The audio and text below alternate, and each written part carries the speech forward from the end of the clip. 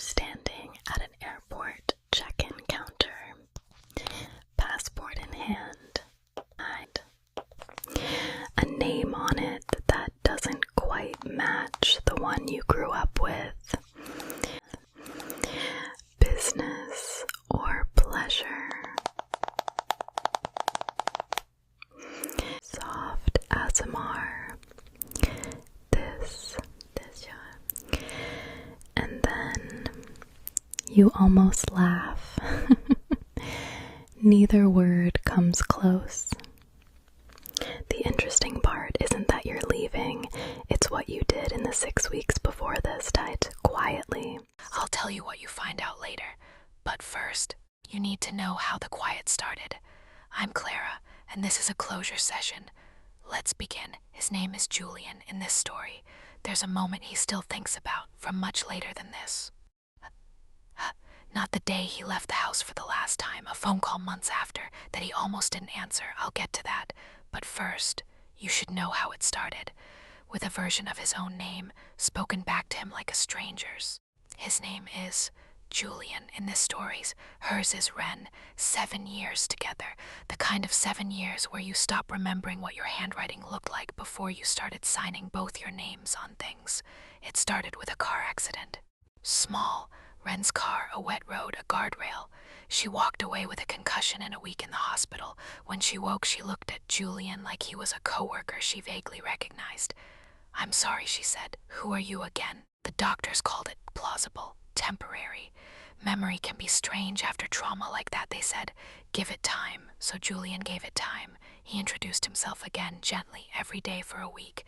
Told her their story like a bedtime story. Watched her nod along, polite, distant, like a guest being shown around a house that wasn't hers yet.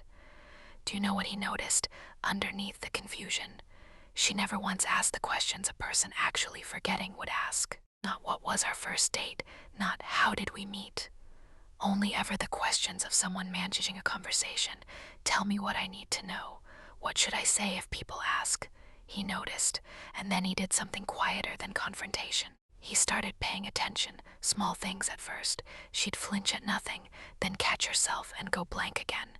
She'd laugh at an old joke of his, a real, unguarded laugh, then remember mid-law to look confused instead. One evening he came home early and heard her on the phone in the next room, voice completely unlike the flat, careful voice she used with him. Warm, fast, familiar with someone.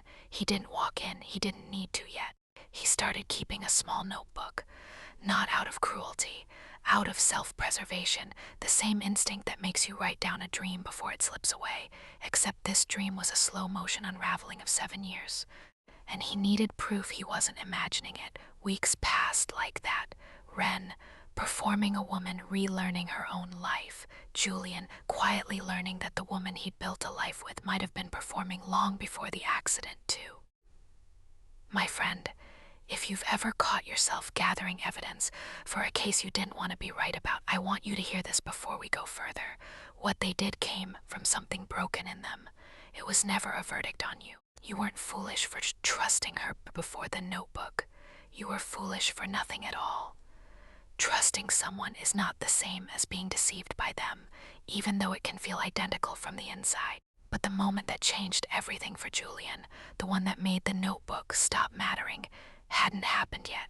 It came on an ordinary Tuesday. Ren had amnesia friends over, people from her old circle, checking in on the woman who couldn't remember her own fiancé. Julian made tea, stayed in the kitchen, half listening the way you do in your own house. He heard Ren's voice drop low, laughing, telling one of the women something Artem about keeping this going a little longer, just until the wedding insurance clears, and then catching herself, glancing toward the kitchen, raising her voice back to its careful, confused register the moment she remembered he might hear. He didn't confront her that night. He went upstairs, sat on the edge of the bed they still shared, and made a decision that had nothing to do with anger. He decided to stop performing his side of a story she'd already decided the ending to. Over the following weeks, Julian did something almost nobody expects from someone who's just discovered a lie of that size. He didn't accuse her. He didn't demand the truth. He simply quietly began building an exit. He opened a separate account, requested his own documents, looked into programs abroad. Nothing dramatic, just somewhere far enough that a fresh start would actually feel like one.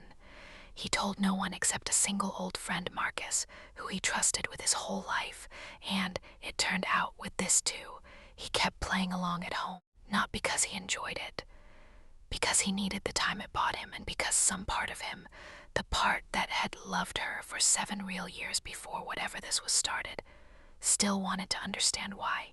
Even while he packed his own way out, do you know what the hardest part was? Not the deception. It was watching her be kind to him in these last weeks.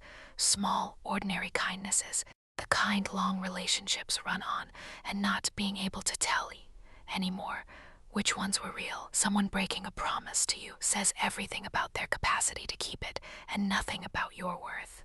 I want you to sit with that line for a moment, because Julian didn't get to sit with it yet. Not in the story. Only later. The night before he left, Wren stood by the front door as he was leaving for what she thought was an ordinary errand. "You've seemed different lately," she said, genuinely uncertain for once. "Is something wrong?" He looked at her for a long moment, thought about 6 weeks of careful notes, of overheard calls, of a name that wasn't quite forgotten after all. "No," he said.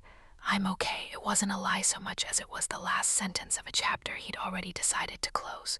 The next morning, while she was out, he left, not dramatically. No note, no confrontation, no scene.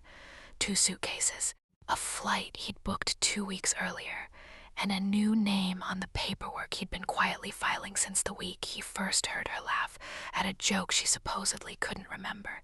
"You didn't miss the signs because you were foolish. You missed them because you trusted. Those are not the same thing." That line matters here because for a long time after, Julian wondered if leaving without a word made him a coward instead of someone healing. It didn't. Some conversations aren't owed to people who never planned to have an honest one with you. Weeks later, from the other side of the world, Marcus sent him a message. Wren had been showing up at his old apartment, asking around, telling people Julian had vanished out of nowhere, no explanation, right before what she now called their wedding. Julian read it in a small rented kitchen, kettle just starting to whistle, and felt something he didn't expect, not vindication, not even anger, just distance. The particular quiet relief of realizing a story that used to be able to reach you all the way across an ocean, suddenly, finally, can't anymore. My friend, maybe you know that feeling too. The day you realize someone's name doesn't tighten your chest the way it used to, that's not you stopping caring what happened to you. That's you finishing the healing you already started. Healing from betrayal isn't about forgiving them. It's about no longer needing them to understand what they did. Julian never got an explanation for the 6 weeks of performed amnesia. Not a real one anyway. Only fragments later, secondhand, about money and family pressure, and a marriage that had apparently become useful to someone in ways that had nothing to do with him. He stopped needing to know the whole shape of it. The not knowing stopped being a wound and became simply a fact about someone he used to love. He built a life in that new place, slowly, the way real rebuilding happens. Not a single dramatic turn, but 100 small ordinary ones. A job he was good at. A friend group that knew him only by his new name, which slowly stopped feeling like a disguise and started feeling like just his name. A quiet apartment that filled up, piece by piece, with things that were entirely his own choosing. Do you know what surprised him most a year or 2 in? How rarely he thought about her. Not because he'd erased those 7 years. You don't erase 7 years. And this format was never going to pretend you should. But because the years afterward had simply become louder, fuller, more his. You can grieve the person you thought they were without grieving who they actually turned out to be. He did grieve for a while, grieved the version of Wren he'd believed in for 7 years, the one who never actually needed to exist for the grief to be real. That grief was allowed, it just wasn't permanent. 2 years after he left, an old classmate mentioned, almost in passing, that Wren's family business had gone through a difficult stretch. Some scandal, something about a broken engagement that had become public in an ugly way. A family that had quietly stepped back from her afterward. Julian felt a small, brief pull of something when he heard it. Not satisfaction exactly, more like hearing distant weather from a country you used to live in. It affected him for about the length of the conversation, and then it didn't anymore. This was the moment, the one from the very beginning, at that airport counter with a new name on his passport. He hadn't left to win anything, hadn't left to punish her, or to prove a point, or to come back one day and show her what she'd lost. He'd left because staying meant continuing to play a part in someone else's performance, and he was done doing that. The new name wasn't a mask. It was the first true thing he'd been allowed to say about himself in months since. Some endings are ambiguous and never get formal closure. Healing comes through ritual and self-made meaning, not from waiting for an explanation that may never arrive. Julian's ending was exactly that kind. No confrontation scene, no moment where she finally admitted everything and he finally forgave her. Just a quiet exit, a rebuilt life, and enough distance that questions stopped mattering more than the answers ever could have. My friend, if you're waiting for someone to finally explain themselves before you let yourself heal, I want to gently ask you something. What if the explanation never comes? What if it comes, and it isn't even satisfying when it does? You are allowed to still be angry. Betrayal doesn't heal on a deadline. But you're also allowed to stop waiting for a door that person may never open. You get to build your own door instead. Now, back to you, clearing out an old drawer, finding something you forgot you kept. Maybe it's not a passport with a new name on it. Maybe it's a message you never sent, a version of the truth you never got, a person who never quite explained why they became someone else right in front of you. What broke wasn't you. It was your trust in someone who was never careful with it. I want you to hear that as many times as you need to tonight. Healing from betrayal isn't about forgiving them. It's about no longer needing them to understand what they did. You don't need their side of the story to finish yours. Julian still plays piano sometimes, in that small apartment on the other side of the world. His hands are fine. Nobody ever had to choose whether to save them. That was never a sentence he had to live inside for real. Only a fear once that he carried longer than it deserved. He doesn't think about Ren often anymore. When he does, it's brief and quiet, and almost gentle, the way you might think of a house you used to live in, knowing you'll never go back, not minding that you won't. If you take one thing from tonight's story, let it be this. Leaving quietly is not the same as leaving without strength. Sometimes the strongest thing you can do is stop trying to be understood by someone who was never planning to try. Whatever you're releasing tonight, let it go quietly.